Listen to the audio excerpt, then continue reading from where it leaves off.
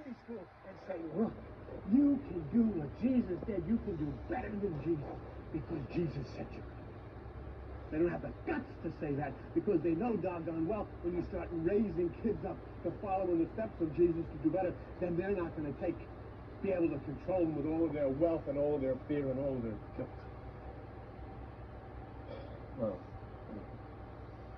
now let's take a look at the question.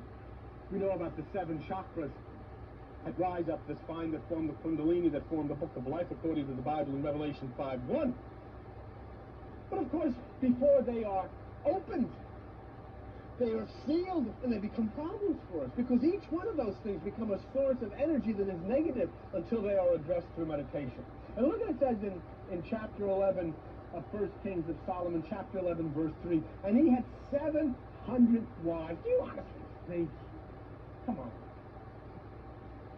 You know, yeah, I'm coming home. Right? Where's Lorraine? 699, and she's where the heck is she? Yeah.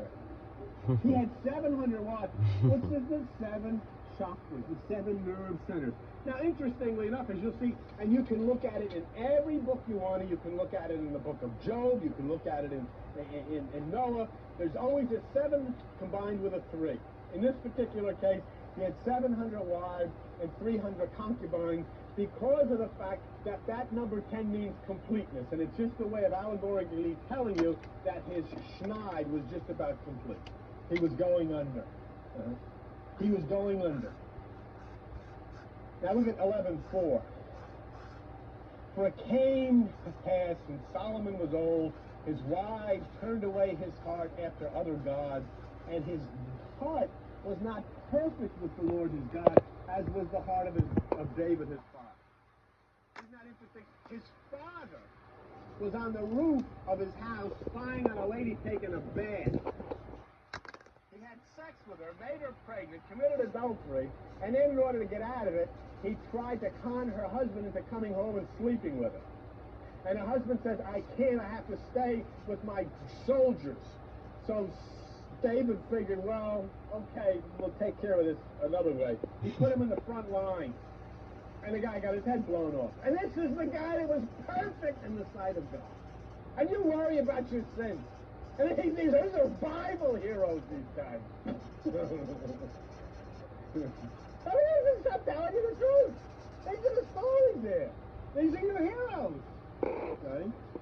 Oh, son of David. The guy was an adulterer and a murderer. He was perfect in the sight of God. This guy didn't make it. This guy had 700 wives. A little too much, you know. 500, all right, but 700 you got to.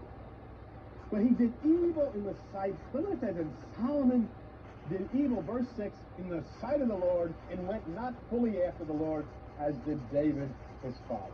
Okay? And basically, the key line there is went not fully after the Lord. You go fully after the Lord when you meditate.